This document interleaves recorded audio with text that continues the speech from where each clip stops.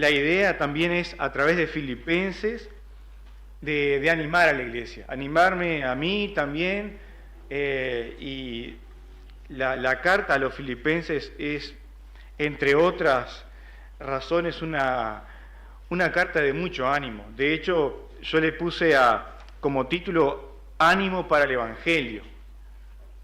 Y es sorprendente, hermanos, porque como un vendedor ambulante de tiendas, como fue el apóstol Pablo hace más de 2000 años atrás,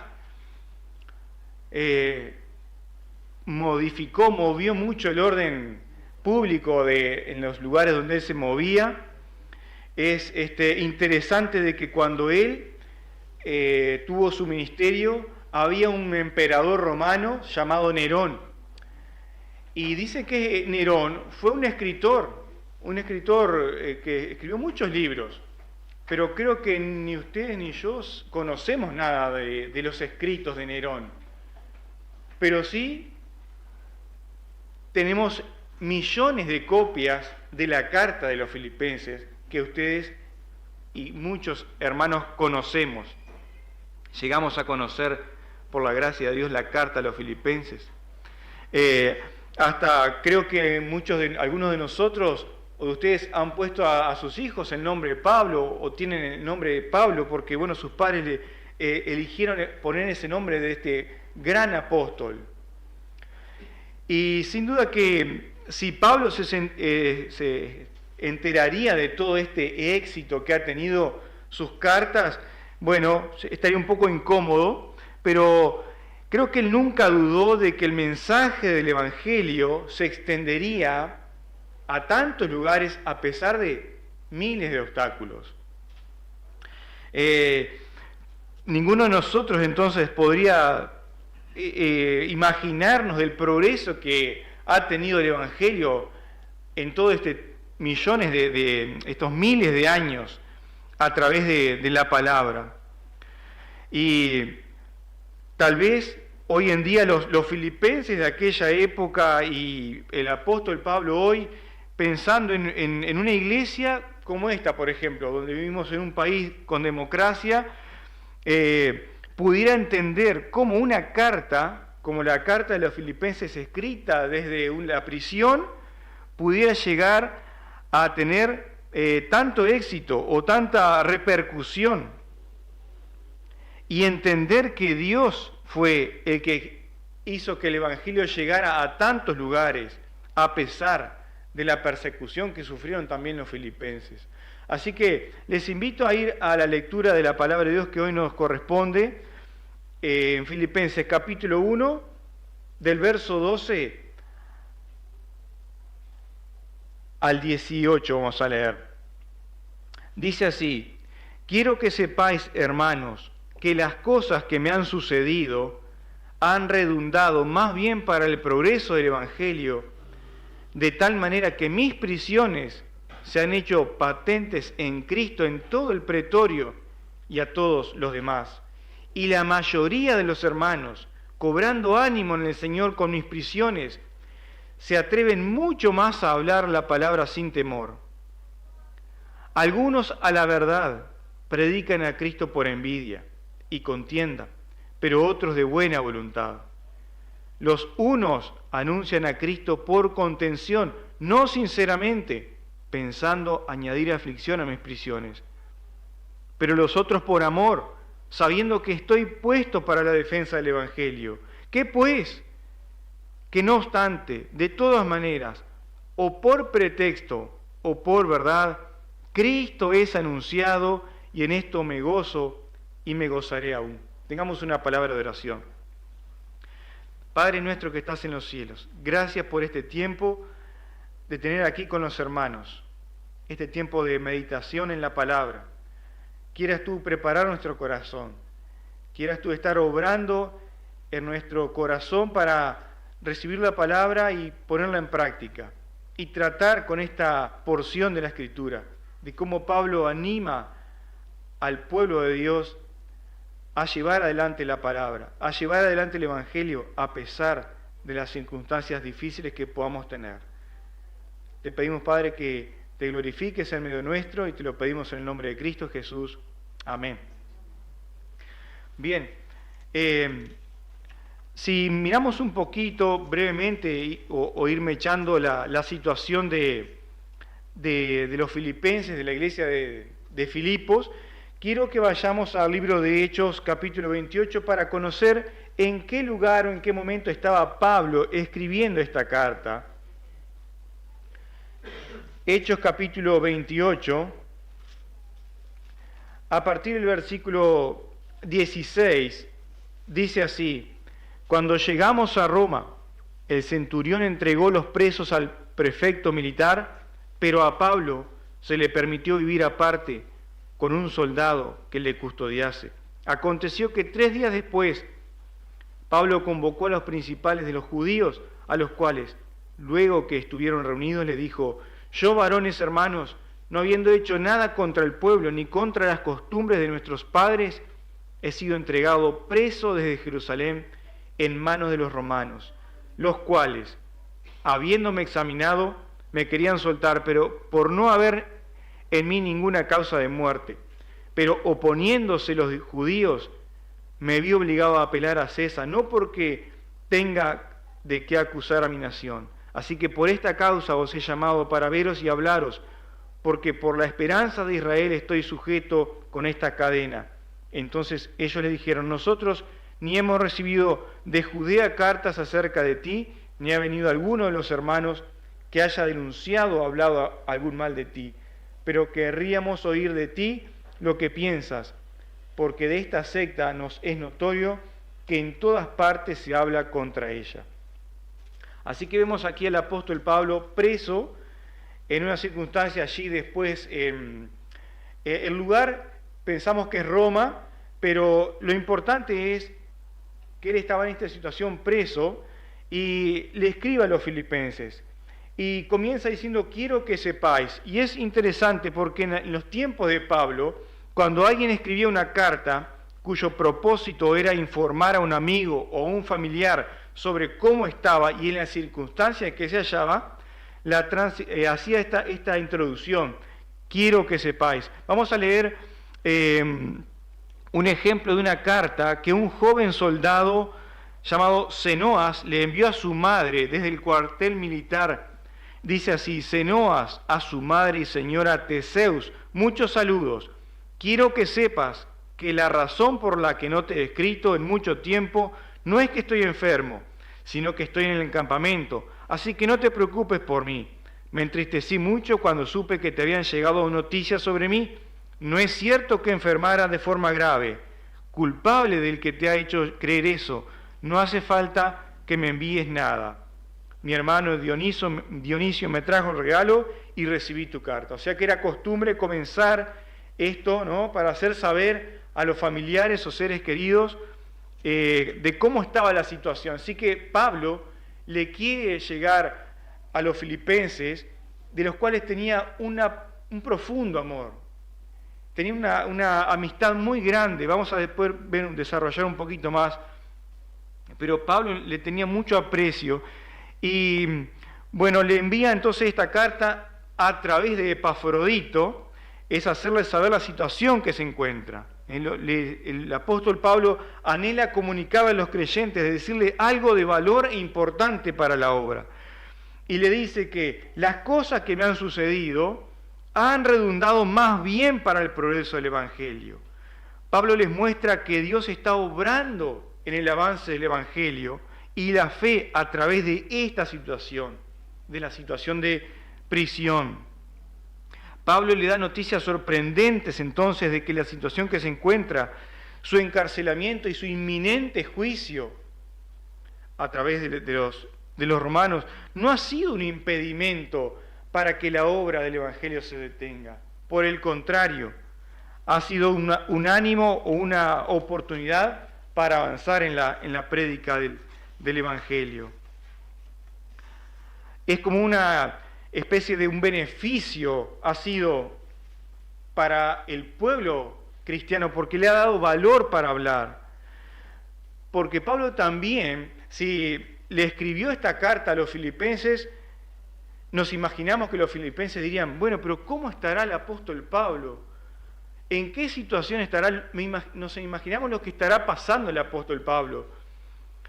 ¿Podría sobrevivir al apóstol Pablo a toda esta situación con la ley, con el imperio romano que lo estaba poniendo preso? En esta situación el apóstol Pablo fue un progreso más para el Evangelio porque él escribió otras cartas. Escribió las cartas a Filemón, a Colosenses y a Efesios. Y en primer lugar, el Evangelio ha avanzado a través de estas circunstancias porque dice que las prisiones se han hecho conocidas en Cristo. Y no solo por estar prisionero por causa de Cristo, sino por participar de los sufrimientos de Cristo a través del encarcelamiento. El propósito del sufrimiento de Cristo era el avance de la obra redentora de Dios. Y vamos a mirar unos pasajes, vamos a tomarnos el momento para leer Romanos 3, 21 al 26.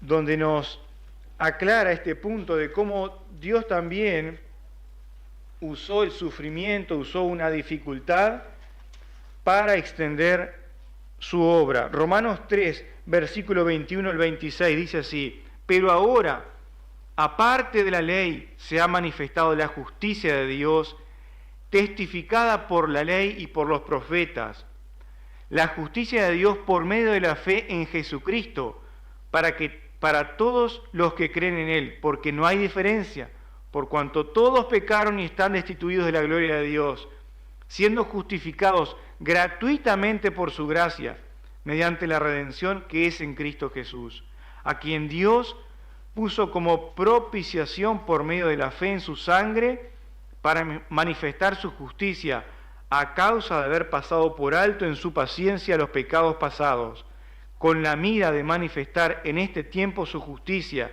a fin de que Él sea el justo y el que justifica al que es de la fe de Jesús. Vemos entonces que el sufrimiento fue un mal a través del cual Dios realizó un gran bien por la humanidad. Vamos a avanzar un poco más en Romanos capítulo 5, versos 12 al 15. Dice: por tanto, como el pecado entró en el mundo por un hombre, y por el pecado la muerte, así la muerte pasó a todos los hombres, por cuanto todos pecaron. Pues antes de la ley había pecado en el mundo, pero donde no hay ley no se inculpa de pecado. No obstante, reinó la muerte desde Adán hasta Moisés, aun en los que no pecaron a la manera de la transgresión de Adán, el cual es figura del que había de venir. Pero el don no fue como la transgresión, porque si por la transgresión de aquel uno murieron los muchos, abundaron mucho más para los muchos la gracia y el don de Dios por la gracia de un hombre, Jesucristo. Así que vemos que el encarcelamiento no es simplemente el resultado del compromiso cristiano, también es el medio necesario a través del cual Pablo cumple su ministerio. Y podemos pensar que, humanamente hablando, el encarcelamiento, la puesta en prisión de una persona que predicaba, bueno, es un retroceso, podemos decir, pero esto no beneficia para nada, al contrario, se detiene la obra, todo lo contrario. Dios, en su amor, en su soberanía, permitió que el Evangelio siguiera avanzando. Versículo 14 de Filipenses dice: y la mayoría de los hermanos, cobrando ánimo en el Señor con mis prisiones, se atreven mucho más a hablar la palabra sin temor. El Evangelio entonces ha avanzado porque por todo el mundo, tanto en la guardia del palacio como las demás personas que viven en la zona, se han enterado de Pablo. Y sin duda que Pablo no era un prisionero común, no había cometido los delitos comunes de robo, de muerte, de estafa, de algún otro delito, sino que él estaba por causa de Cristo, por llevar adelante la palabra de Dios. Y se habían enterado a través de los soldados, había turnos de la guardia que custodiaban al apóstol Pablo, entonces iban cambiando y sabían que este apóstol que predicaba la palabra de Dios estaba preso. Así que puede que Pablo estuviera encadenado, pero no el Evangelio, no la palabra de Dios. La palabra de Dios corría, iba avanzando. El encarcelamiento entonces ha servido como impulso a otros creyentes que han tenido la valentía de proclamar la palabra de Dios abiertamente, han confiado en el Señor y han anunciado el Evangelio de forma atrevida y valiente, que tal vez no lo tenían en el pasado. Tal vez en el pasado tenían vergüenza, tenían miedo, pero la noticia de que Pablo estaba preso les ha dado un impulso de salir a predicar el Evangelio. En resumen, su encarcelamiento ha servido para el avance del Evangelio, no para el retroceso. Avanzamos en otra parte aquí del pasaje, que yo le puse como título, Evangelizando a pesar de los conflictos. Dice, algunos a la verdad predican a Cristo por envidia y contienda, pero otros de buena voluntad. No solamente el encarcelamiento ha sido una dificultad, hay otra más. Con los hermanos, con los que han quedado fuera, con los que están libres. Y Pablo aquí, a partir del versículo 15 en adelante, los pone a dos grupos de hermanos y los confronta.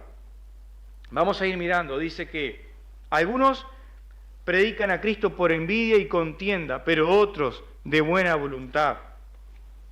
Aquí yo me había hecho un cuadrito y unos predican por amor, otros con sinceridad, otros a través de buenas intenciones como buena voluntad y en definitiva predican a Cristo, pero otros lo hacen por envidia, por contienda, lo hacen pensando añadir preocupación en Pablo. Dice que predican la envidia que tenían hacia Pablo, se piensa que tenían esa envidia por el éxito del apóstol en la capital del Imperio Romano, de haber predicado con valentía y haber tenido éxito. Aún en la cárcel, personas conocieron el Evangelio. Debido a la firmeza en su encarcelamiento, trataban por envidia de tomarse el éxito del apóstol Pablo a sí mismos. Vamos a mirar un pasaje en 1 Corintios capítulo 3, porque allí el apóstol Pablo advierte o exhorta sobre los motivos. 1 Corintios capítulo 3, versos 10 al 15. Dice así, conforme a la gracia de Dios que me ha sido dada, yo como perito arquitecto puse el fundamento y otro edifica encima, pero cada uno mire cómo sobreedifica, porque nadie puede poner otro fundamento que el que está puesto, el cual es Jesucristo. Y si sobre este fundamento alguno edificare oro, plata, piedras preciosas, madera, heno, hojarasca, la obra de cada uno se hará manifiesta, porque el día la declarará, pues por el fuego será revelada, y la obra de cada uno, cual sea, el fuego la probará. Si permaneciere la obra de alguno que sobreedificó, recibirá recompensa. Si la obra de alguno se quemare, él sufrirá pérdida, si bien él mismo será salvo, aunque así como por fuego. Nos habla de motivos, ¿no? ¿Cuáles son nuestros motivos para evangelizar? Aquí había un grupo de creyentes que lo hacía por envidia, tal vez pensando provocar una preocupación, un malestar al apóstol Pablo, que estaba allí en la cárcel. Ellos pensaban que aprovechando que el apóstol Pablo estaba inmóvil, se exaltarían por su predicación y harían que Pablo y la predicación de Pablo cayeran en menosprecio, dándole así una aflicción de espíritu. Ellos pensaban que Pablo buscaba su propia gloria, pero lejos de ello, el apóstol Pablo se goza, se goza animando a los filipenses, diciéndoles, adelante, el Evangelio igual es predicado. Entonces, avanzamos un poquito más con estos dos grupos. Podemos pensar que este grupo de cristianos que predicaban por envidia, por contención, lo hacían doctrinalmente mal, pero no es así, porque Pablo, si no lo hubiera dicho, hubiera argumentado alguna cosa, lo hubiera mencionado, pero no. Él dice, de todas maneras, lo hacen bien doctrinalmente, así que adelante. El resultado de estos dos grupos de hermanos que salen a predicar es el mismo. Están llevando el Evangelio. Lo más importante, lo logran, van avanzando, predican a Cristo. Hermanos, quiero ahora pasar a desafíos personales y para la iglesia. Mirando la iglesia de los filipenses, la iglesia de los filipenses, si miramos y recordamos en Hechos capítulo 16, allí fue el nacimiento, ¿se acuerdan? Pablo con Timoteo, con Lucas, evangelizaron a Lidia, evangelizaron también, le llegaron con la palabra a esta joven que estaba trabajando para unos magos allí y estaba el carcelero de Filipos. Y una iglesia pequeña, pobre, pero interesante. Ofrendaba. Inclusive, cuando había una necesidad, eran los primeros en salir, y otras iglesias que tenían recursos económicos no lo hacían, pero ellos sí. Por eso Pablo los tiene muy cercanos a ellos, les quería mucho. Y tal es así que en toda la carta, si leemos la carta de los filipenses, no hay reproche alguno a los filipenses, salvo que él les exhorta a mantener la unidad, porque al parecer había allí divisiones. Si miramos adelante en un pasaje allí de Filipenses 4, dice, ruego a Evodia y a Síntique que sean de un mismo sentir en el Señor. O sea que había algunos problemas de falta de unidad. Pero para desafiarnos, el pasaje que hemos leído en cuestión nos dice que las circunstancias humanas están en manos de Dios y que Dios las usa para el avance del Evangelio. Las circunstancias humanas están en manos de Dios y Dios las usa para el avance del Evangelio. Pablo, en lugar de hablar de sus circunstancias personales en la cárcel, de,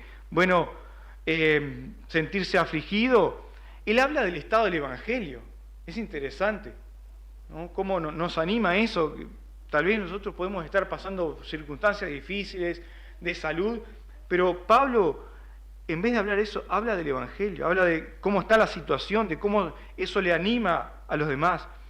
La reacción del apóstol nos muestra que es más importante ser iglesia que la satisfacción personal de sus miembros. En una frase, tenemos que someter nuestra agenda, nuestros motivos personales a los planes de Dios.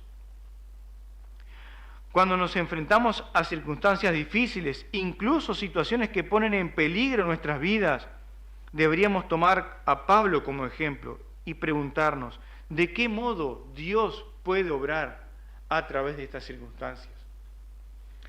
Ayer en la semana, mientras leía este pasaje de la dificultad de Pablo, estando preso, yo decía, tal vez el cuerpo de Cristo puede sufrir, y de hecho ocurre, ¿no? Sufren muertes, un hermano parte, a veces un siervo parte, y eso podría ser un retroceso. Y estaba con ese pensamiento y me llegó un ejemplo que tal vez ustedes lo conocen, y tal vez Ovidio me pueda ayudar, pero me acordé del pastor Gonzalo Rodríguez. Ya partió con el Señor, pero él durante su ministerio preparó a 4 pastores, ¿no?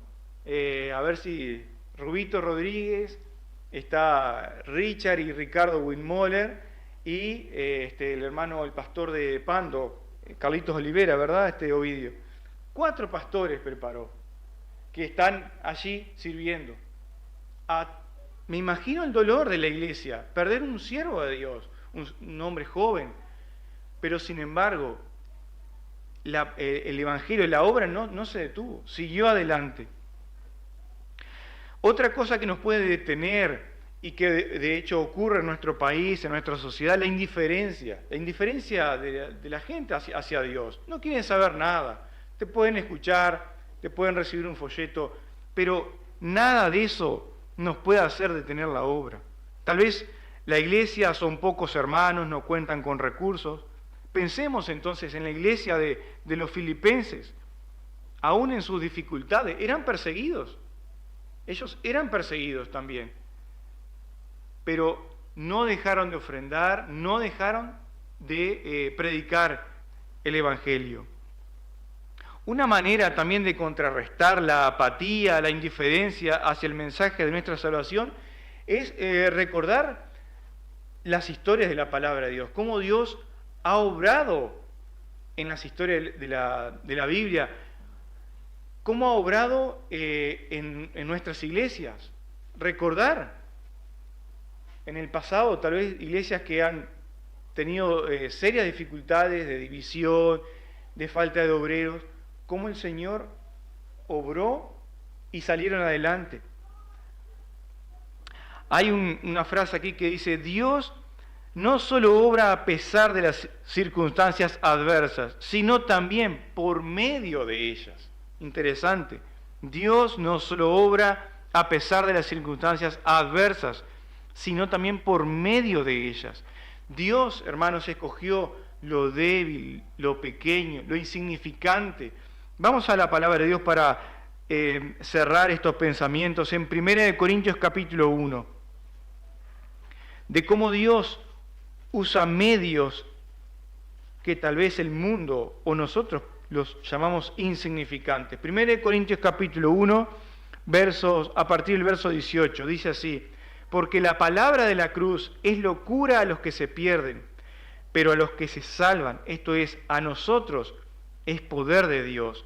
Pues está escrito: destruiré la sabiduría de los sabios y desecharé el entendimiento de los entendidos. ¿Dónde está el sabio? ¿Dónde está el escriba? ¿Dónde está el disputador de este siglo? ¿No ha enloquecido Dios la sabiduría del mundo? Pues ya que en la sabiduría de Dios el mundo no conoció a Dios, mediante la sabiduría agradó a Dios salvar a los creyentes por la locura de la predicación. Saltamos al versículo 27.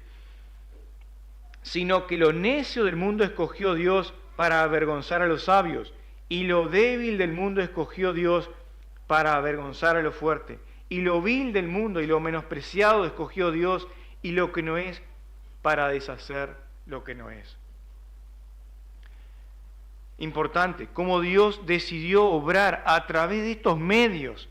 En otra palabra allí de 2 de Corintios dice que somos vasos frágiles. En esos vasos decidió usarnos a nosotros para el avance del Evangelio, y no por nuestras capacidades, por nuestra sabiduría, por nuestro intelecto. Que el Señor trate con nuestra vida, con nuestros pensamientos tal vez negativos, y nos anime a pesar de las circunstancias, seguir predicando, llevando el Evangelio a través del ministerio que tengamos en la iglesia, a través del barrio o del lugar donde nos movamos.